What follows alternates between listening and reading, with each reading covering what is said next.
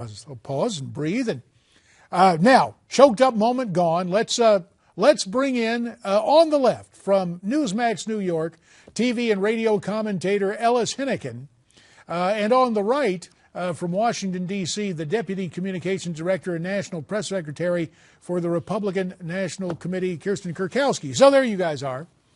And can I get you a lozenge, JD? Do you need a well, you know, I was trying to figure out how I was going to explain Glozell Green and what she had to say, for example, about the Castros and the whole notion that Cuba is a dictatorship. But I'm not going to go there. What I do have for you, Ellis and Kirsten, is an offer that Ms. Green, actually a gift that Ms. Green had for the president and the first family. Take a listen.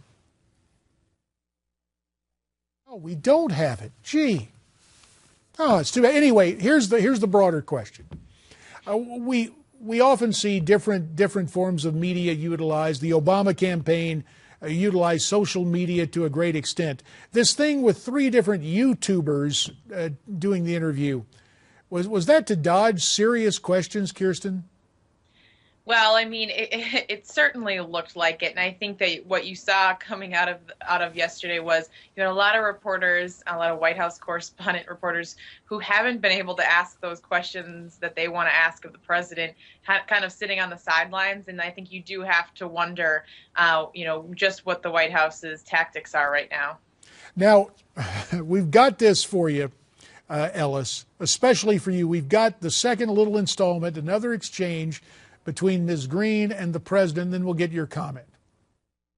My mama said whenever you go to somebody's house, you have to give them something. Oh, Don't come empty-handed. Right. So I have green lipsticks, one for your first wife. My first? I mean, do you know something I don't? For the first lady, the first lady and the first children. And the first child. Well, okay. Little human moment, but come on, it looks more like community access TV than a serious interview, Ellis. You know, the expression I always used is starter wife. I've heard people say that.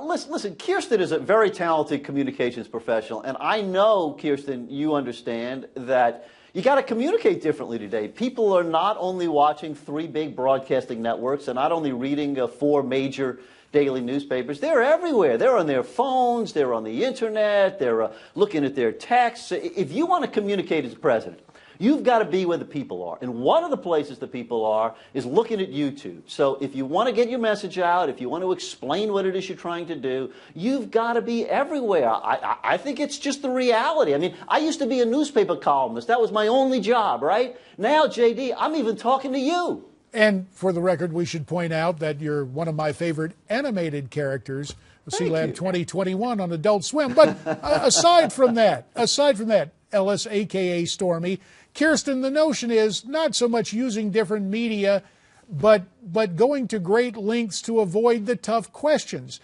Well, that's exactly what I was going to say. I don't disagree that we should be looking at other mediums to talk to the millions of people out there that do get their news from YouTube or other, mediums online. I totally understand that, and I take your point.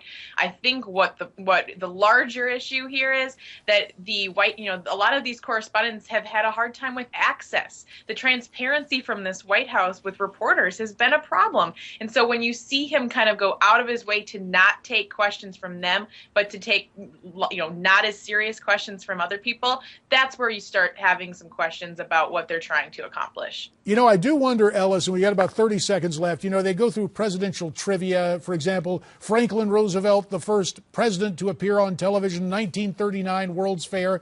Is this thing with the YouTubers, is that going to be like a historical distinction for Barack Obama? I'll give you the last word, 20 seconds. Listen, I guess. I mean, there's people with a lot of time on their hands, and they can add up all those little things if they want.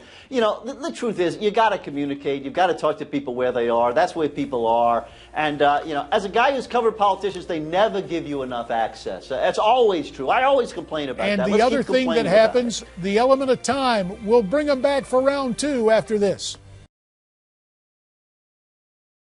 That's what they want. Now, Ellis, I know you enjoy seeing a little rift in the Republican Party and maybe a bunch of different opinions.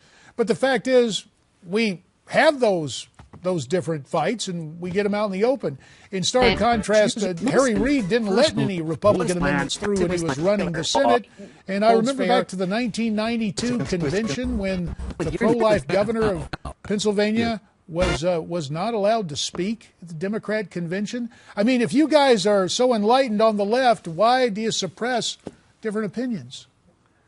That's a wonderful point, JD. My advice to you very strongly, you and Kirsten, is just keep having them. Have them in public. Just have them for months and years if you want to. Can you imagine any optics worse than what you just showed us with Bobby Jindal there, my home state governor in Louisiana, right? Right, here's a middle-aged guy, right, telling young women out in America how they ought to handle the most delicate, personal, religious and private decision of their lives. My goodness, I don't know any young woman who would want Bobby Jindal to make that decision for her. Maybe she wants to make it with her family, with her husband, maybe her spiritual advisor, maybe her own conscience. But a bunch of politicians gathering in Washington and telling young women how they should make those decisions, that is a moral loser and it is a political loser. Well, so let's let the lady amongst us respond. Kirsten, 30 seconds. Well, I think the point that the Democrats and liberals continue to try and make is that their view is everyone's view in this country, and we know from polling that it just isn't. So we're going to have this conversation. It's going to be out in the open, and voters are going to decide at the end of the day. But specifically on this topic, on the late-term abortion issue, actually Americans really do want some limitations on that. So we're going to have a conversation and figure out how Americans want us to do that, and I think that's responsible for us to do. A responsible reply and a use of time, because time's up. Ellis Henican on the left in New York, Kirsten Kukowski on the right in Washington, D.C. Thanks to you both.